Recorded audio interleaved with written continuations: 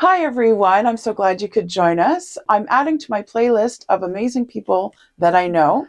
And I'm here today with Billie. Hi. Hi, thank you so much for being Thank you here. for having me. I appreciate it. And Billie's a very special person in my life because she gets me moving every Monday morning. At least that morning, sometimes other mornings as well. But she is from Move with Billie, as well as a few other things. Mhm. But that's how I've kind of found you. Well, I Mm. found you a long time ago, Yeah, actually. a long time ago now. She grew up with my daughter. You guys know Catherine, the other goddess, in-house goddess here. Well, Billie is one Mhm. of our goddesses as well Well, thank today. you. Thank you. And Billie has a really interesting take and outlook on a lot of different aspects, especially for big girls, girls that are have fallen to society's standards of looking a certain way, being a certain way. So Mhm. tell us more about who you are and what you're doing. Yeah, so I teach movement classes, yoga, workout, mobility classes, but not like your average classes. No. Definitely, I like to say anti-diet. It feels there's other terms like body positive or fat positive. Anti-diet to me just seems more of a like against diet culture stance. Yeah, I love that. Yeah, and the other terms aren't bad either. That's just the one that No, I like the most. no, Yeah. yeah, yeah. So I teach anti-diet movement classes that are also queer safe and trauma informed, like actually trauma informed. Not there's a lot of places that say that they're trauma informed or queer safe or anti-diet, and then And don't stand yeah. up to actually doing it. I hear that. Yeah, so that's my focus is actually being inclusive and feel like so that everyone comes into the room feeling included, Hmm. which can be quite vulnerable and scary to do in a movement class. Often, a lot of people Absolutely. have had difficult, that seems like not even a good enough word, but Yeah. difficult or traumatic experiences in movement classes or yoga classes, even just being in the spaces. So Yeah. to me, the most important thing is the inclusivity of the classes, and they're all online too. So that also is You don't even have to leave your breaks home. barriers. Yeah, exactly. Yeah, no, you're Yeah. really, really great because, like I was just telling you, I've been an athlete in the past, believe it or not. And, and I've been to lots of exercise classes and, Hmm. exercise is good for you. And the teachers are usually really rah, rah, rah, which Yeah. is awesome and everything. But not all of us fit into that mold. Yeah. And we've all seen the Lucille Ball clip of her doing the dance class where she's facing Oh the wrong yeah. way and Oh the yeah. I class is forgot about going that one. the other way. Yeah. I've been in that position too. Yeah. But what I found is I was diagnosed with fibromyalgia probably about 5 or 6 years ago Hmm. now. And what I found was my movement went way downhill. And as Hmm. you probably know, as a movement expert, it becomes a vicious cycle. You want to exercise, but you can't because you can't move. Yeah. And then you can't move because you're not exercising, and on it goes. Yeah. And what I found with your movement class, it's such a different class from anything I've ever experienced. Even yoga, like I've been to yoga classes where the teachers will give you alternatives, and that's all Hmm. well and great, but you have to get down on the floor first, and I can't Hmm. even do that, right? Hmm. And you have alternatives in every range, Hmm. and you're so encouraging, like even if you can do just this is good, Yeah. and you're very encouraging that way, and the Thank you. movement is very gentle. Hmm. And what you've taught me is you don't need these big go go Hmm. go kind of moves all the time. You Hmm. can just do this or that or whatever it is. You're Hmm. moving, and that's the good part, Yeah. right?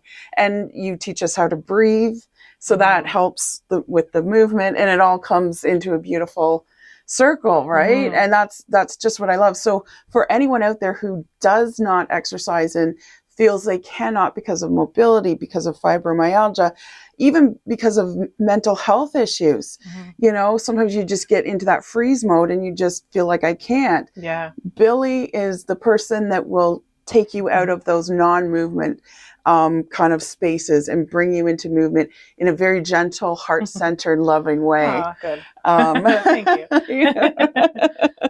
My pleasure. I can't sing your praises enough, to Oh, be I quite love honest. it. Thank you so much.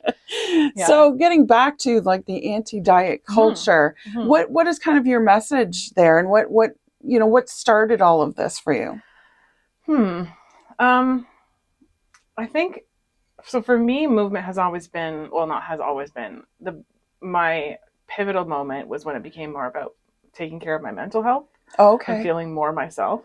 Right. And that just sort of happened on my personal journey from eating disorder recovery and all those Mm-hmm. that past stuff. Right. Yeah. Right. Yeah. I started teaching in a studio that claimed they were inclusive. Is one of those places. They say that, but then they Okay. make comments in the classes that Yeah. are very, say, out of touch and like really not including everybody. Yeah. And it started to feel, I started to everything started to click in. I wasn't the person saying a lot of these comments, but Mm-hmm. started to say, take another teacher's class and look around the room and see all of the same thin bodied people doing like acrobatic level yoga Yeah. and think like, okay, what is, like, there's clearly an issue here. This isn't Yeah. reaching everybody, even though we're saying it's for everybody. Yeah. Um, so beginning of the pandemic, I, like many other people, lost both my jobs. One of which was the studio, which I, at that point had Right. thought that it was going to be my bit, like my career. Yeah. To be honest, it was a bit of a blessing in disguise because it was a Mm-hmm. very toxic culture, and I see these things now. I didn't Mm-hmm. fully see them then, Mm-hmm. and starting my own business gave me a chance to really think about what I want to be as a teacher for one of the first times in a very big way. Like, what do I actually care about? What am I actually here for?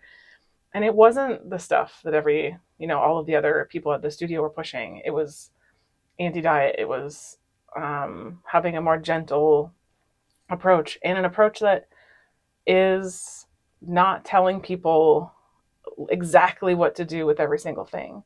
Which, I mean, I'm Right. telling people options, but I'm not saying this is Yeah. the only option. You know what I mean? No, yeah, you have a broad, as far as alternative ways of doing things for that exercise, Mm-hmm. the rainbow truly is your spectrum. Yeah, there's so many ways of doing it, and that's what I think is so cool about it. Is if you take away all of the gross diet culture stuff, all of the language that excludes like queer folks or people with trauma or all of that stuff, movement can Or have fat so, people yeah, like me. exactly. Movement can have such a profound impact on your mental health or on how you feel in your body. There was times in my past where literally the only time I felt like myself was when I was on my mat, Right. and we're not giving people a chance to have any of that or even learn to focus on their breath or learn to notice how their body feels Mm-hmm. if we're excluding them as soon as they walk in the door. Right. Right? Right. Absolutely. Yeah. I know as my experience as a fat person, I walk in and, like the teachers and the students want to be encouraging. They're not always coming Yeah. from a malicious place, of course, but they don't understand. I often say that sometimes you've had to have been there in order to understand being there. Yeah. Right. Yeah. And that's something you're not going to learn from a textbook or anything like that. And, if you've been a relatively normal, and I use that term very broadly, or thinner person all your life, you're not going to understand the sort of challenge that bigger people have in just doing what seems to be a simple movement. Yeah. And what I love about your movement class is there is absolutely no judgment. I don't even feel it in the smallest amount. Yeah. Whereas when I walked into other classes or even online in COVID, when I was doing other classes, I was like, okay, I'm feeling a little judged here. Or I'm feeling like a failure because I can't do what she's doing or what he's doing or whatever. Right. And you're just like, even if you're doing this is good. Right. Yeah. Like anything is good. Right. Yeah. And so it's encouraging. So it actually makes me personally push myself a little more. I mean, no, I'm not doing acrobatic style yoga yet, but I'm willing to take that risk of looking weird or foolish or whatever, because I'm pushing my body maybe a little bit more than I would for me, kind of thing. But you allow that space for that to happen. Yeah. So I really love that. And you also teach self-love, even if you're not fully aware you're doing that, because I often say, like, I get a lot of clients in here wanting to change their lives in profound ways, which is great. Yeah. But you have to love yourself as you are right now in order for the change to stick. And I think you encompass that as well. Like, love the, like, you also always tell us, like, breathe into the muscle that we're breathing into and tell it you love it and send it gratitude. And I'm all like, yeah, I love this muscle. That's good. That's my sneaky way of, it's because as someone who grew up with like eating disorders for like the majority of my life, if someone had said like hold gratitude for your body at somewhere near the beginning of my recovery, I would have laughed and been like, absolutely not. Like it would have been like immediately a wall going up, like I'm not coming back. Right. And I think that is an important part of recovery, is learning to, like, no matter where you are, is learning to appreciate your body and notice how, I mean, I think the body is really cool. Yeah. and I want to share that. Exactly. But thinking of it like you're thinking a specific muscle group is way easier than being like, hey, take a second to appreciate your body. Because some people are going to be like, nope. Oh, absolutely. Yeah. I mean, I've done groups of women and I'll ask, what part of your body do you hate? Bang, they've got the answer right away. And then I'll ask, what part of your body do you love? And there's practically crickets in the room. Because first of all, and they'll say things like, well, my personality is great. That's not part of your body. Yeah. I'm sure it's beautiful, but that's not part of your body. You know, and it's really, really hard for especially women, because we've been so conditioned that by the diet industry that 50 pounds later we'll be successful, 100 pounds later we'll find the love of our lives and we'll be, you know, happier and better somehow. And no, we should be happy and better now. And then whatever your body wants to find, your body wants to be healthy and at its equilibrium. And if this is my equilibrium, that's great. And I need to learn to love that, right? Yeah, a lot of us grew up being told that a big factor in your health is your size. A lot of us were told that was the indicator in a lot of ways. Someone could look at your body and say that you're anything to do with your health, which is not true. There's been tons and tons and tons of studies that have shown the opposite. And a lot of the studies that proved the diet culture's point were bias and bias from the get-go. So I think it's important as we start to come out of diet culture to recognize that it's nothing. Like there's no correlation. There's a very rare chance that there might be something with like medication, that kind of thing, but you cannot look at someone's body and tell what their capabilities are or their abilities are or what the health is. You have to be doing blood tests and those kinds of things. Or I don't know all the tests. I'm not a doctor, but you know what I mean? You have to do those things. You have to look further than just the package, outside packaging.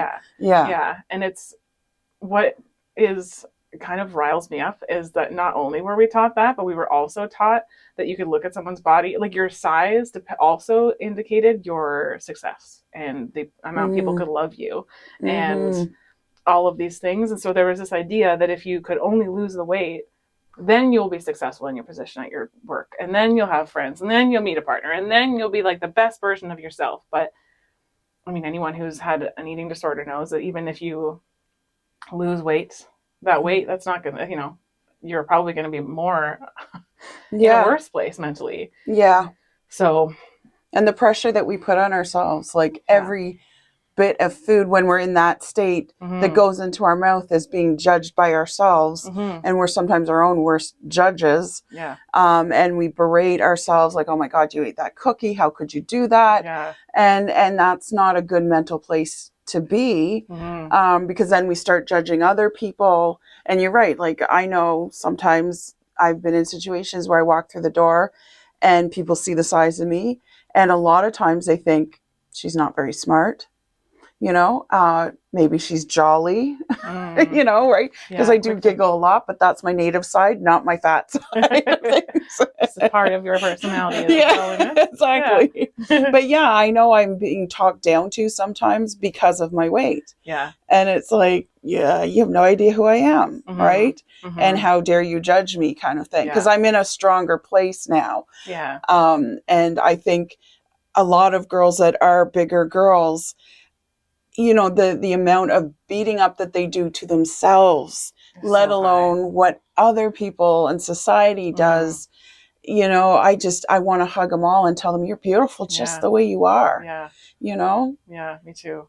And that's part of like one of the cool moment in my recovery and also as a teacher was in one of my trainings or in all of them learning how adaptable our bodies are and how cool they are and how cool like just generally the way that your muscles function and the Mm-hmm. way that like if you're I don't know, you have an injury here, your body might borrow something like from a different muscle group or even because it's like you're using less energy, so your body's trying to be smart and save energy. Yeah, And yeah. yeah, and that your body will have like your nervous system will react in order to keep you safe. And there's so many cool things about how our bodies work.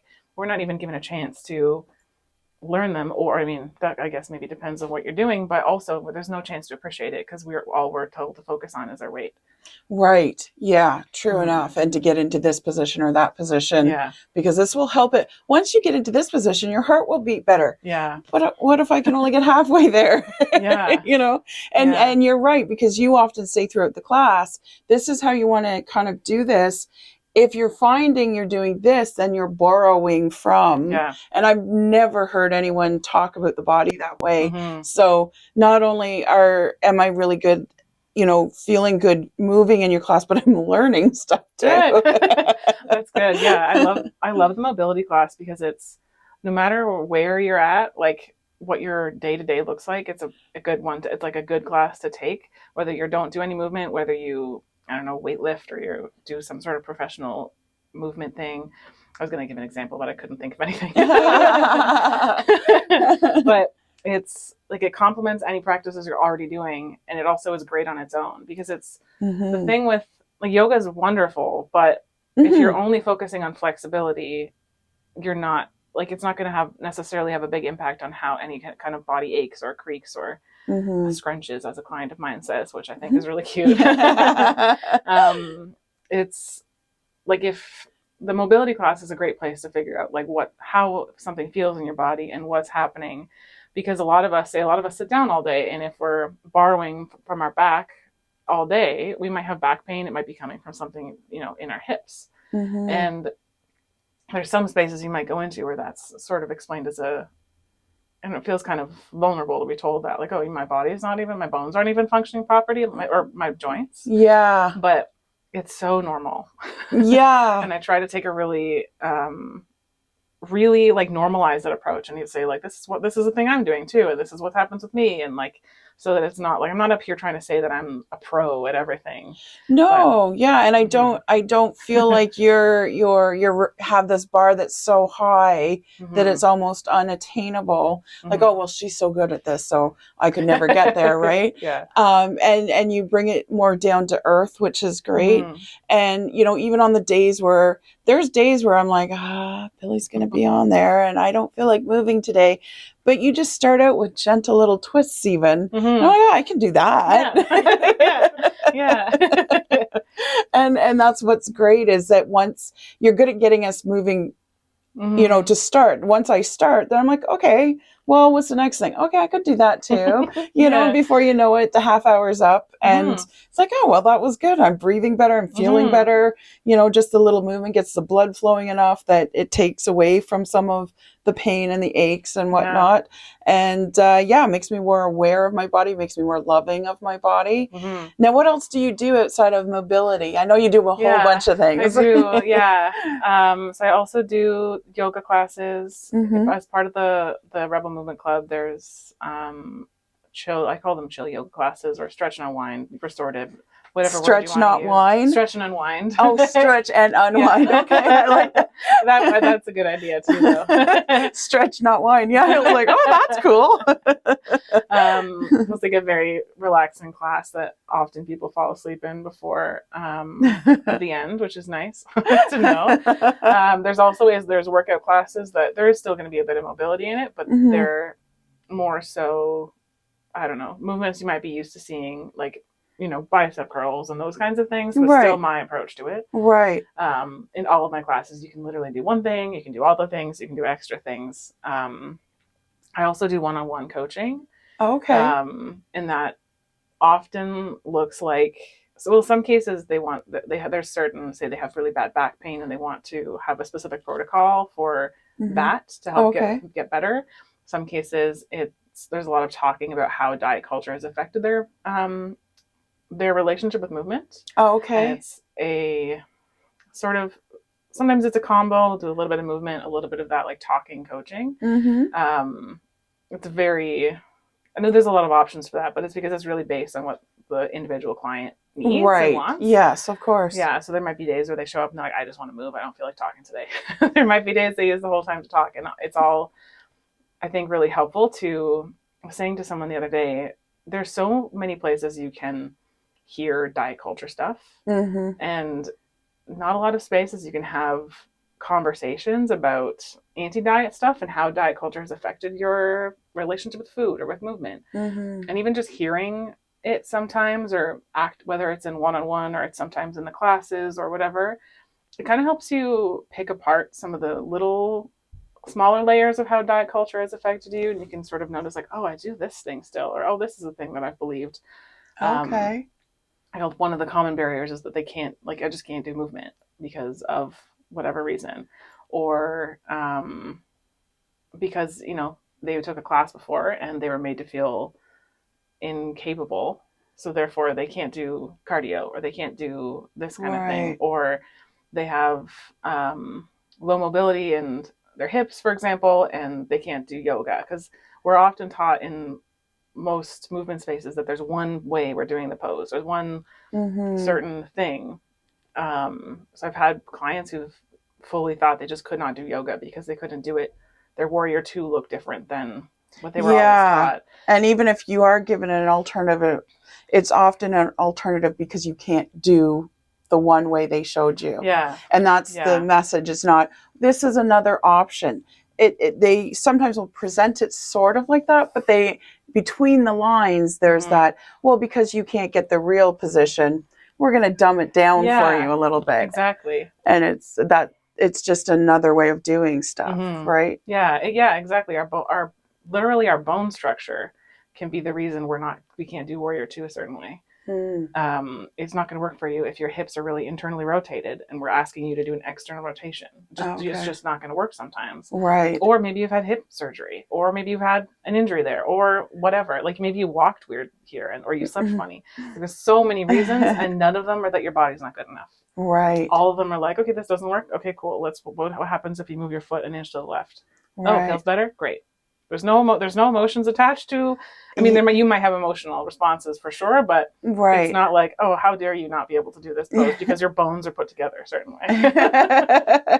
Not that. None of Yeah, that. yeah, Yeah. exactly. So what's one of the most common diet culture things that you find people are having to overcome? Hmm. A lot of it is that a movement has to look a certain way in order to be valid. Okay. I've had some people who did like competitive sports growing up, who to them that meant it has to be an hour a day every day. It has to be really intense, like no pain, no gain. Right. Some people, it's that their yoga practice has to be this really acrobatic thing. Mm. It's one of the biggest barriers or um, shifts, I Hmm. guess, perspective shifts, is realizing your practice doesn't have to be any certain way for it to be valid. You don't have to run 3 times a week, and that's it. No one has to run 3 times a week if you don't want to run. If you Right. like running, cool, go for it. But there's not a certain recipe of movement that is prescribed to every single person. You know what I mean? Right. Not one size fits all Yeah. kind of thing. Yeah. So some Yeah. people have grown like thought that they hate movement, but then they start doing a class that's a half hour long and it's a different approach and like, oh wow, I actually like this. Yeah. Cool. Or they remember that when they were a kid they loved doing like hopscotch or I don't know. Yeah. And they invite some of those back into their life as well. And then suddenly they're doing movement a couple times a week, but it's fun movement Yeah. and it's movement they actually like instead of it being like this horrible thing that you have to do. Yeah. It's funny how childhood stuff often is some of the best stuff. Like when I'm asking people what their dream is, I often will ask them, what were your favorite games to play? Yeah. You know, like, did you play store? Were you a teacher? You know, that sort of thing, right? Some people say, well, I like checkers. I'm like, okay, that's a board game. That's not game. Yeah. What imaginary game did you like to play? Yeah. But it's funny, it always harkens back to our childhood. Like both the good and the bad comes from there a lot of the times. Yeah, that's true. So as far as food goes, the relationship with food and things like that, what's another challenge that's very common for a lot of people that you have advice for or an opinion of? Yeah. I think there's both with movement and food, there's this like moralizing of it. Oh, okay. Like it goes back to diet culture's messages that if you eat this food, you're horrible. If you don't do this movement, you're horrible. If you don't eat this much of whatever, how dare you? But right. It's really not. It's not like if you eat a certain food, it does not mean that you are not a good person. Right. And it's not. I mean, like food isn't as much my wheelhouse. It obviously does relate to a lot of the. But I mean, we've heard people say, "Well, I make sure to put kale in my cereal every morning." Yeah, and they do come across as a little holier than thou. Yeah, there's no similar with movement. There is not one way of eating that is going to work for everybody. Right. I think my early stages of recovery were eating like literally whatever I wanted anytime, and it's almost like if you think of it as a pendulum, like if you've been holding into restriction your whole life, you let go of the pendulum, it sometimes feels like you're like out of control compared to constantly controlling your every single thing. Been there. So depending on this like stage of recovery, it's very much just like eat literally whatever you want, trust your body, notice how it feels. It is not going to be, I don't know, a huge game changer if today you don't eat any kale or don't eat any vegetables and tomorrow you eat vegetables. Like your body, if you listen to your body and learn that, which I know a lot of people haven't learned, first of all, everything's going to even out in the end. Because if, say, the thing that you never let yourself have was like a cookie, right, and then you let go of the pendulum, and all of a sudden you're wanting to eat cookies all the time. You're clearing shelves. Yeah, eventually your body's going to be like, okay, I can eat cookies whenever I want to. So now actually, with this food, would feel better. And you know what I mean? And then totally, I 100% agree with you. Because like I often find, first you have to learn to love the body you're in and cherish her, and when you really do fall deeply, madly, truly in love with her, then you want to treat her right? And like you say, there's no morality when it comes to food.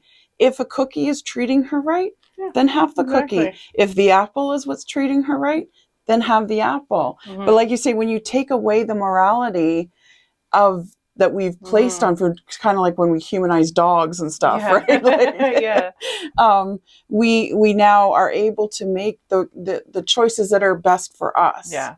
And however that presents itself. Yeah. And your big one was listen to what your body is saying, because we often don't. No. Right? We emotionally eat and we just drown out the noise with whatever we can shovel in. But when we are in that place of love, then we're not shoveling anymore.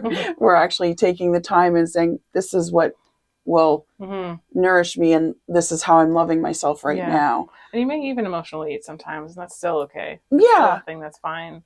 I think it's pretty difficult. It's pretty difficult to go out of diet culture and start moving into eating this way, because I don't know about other people, but I used to spend like all of my time thinking about food and how I can move to have more food. Yeah. And it was like about earning, and literally like if I was at like a party and there was chips on the table, I could bear, like most of my brain was like thinking about the chips, right, not present. And I have totally been there. Yeah, yeah. yeah. And when you start to let go of some of those restrictions, it's there will be alarm bells, and there will be, stuff will come up, which is Of natural. course. I Yeah. definitely recommend having, if you're like, if that's the big difficult thing path for you, like seek about like a coach or something like that. Mm-hmm. But eventually you'll wake up one day and you'll be like, oh, I haven't thought about food today, except for like, oh, I'm hungry, I'm gonna eat this thing. Yeah, yeah, Yeah. exactly. Exactly. Getting to that true place of hunger Mm-hmm. and needing nutrients, but also loving yourself at Yeah. the same time. And yeah, like you say, you're not going to quit emotional eating. Like, I've decided I'm going to do this now, and here we go. Yeah. The idea is, I think, for me, anyways, is recognizing when it happens Mm-hmm. and being okay. Don't beat yourself up. For Yeah. myself, this is what I tend to say.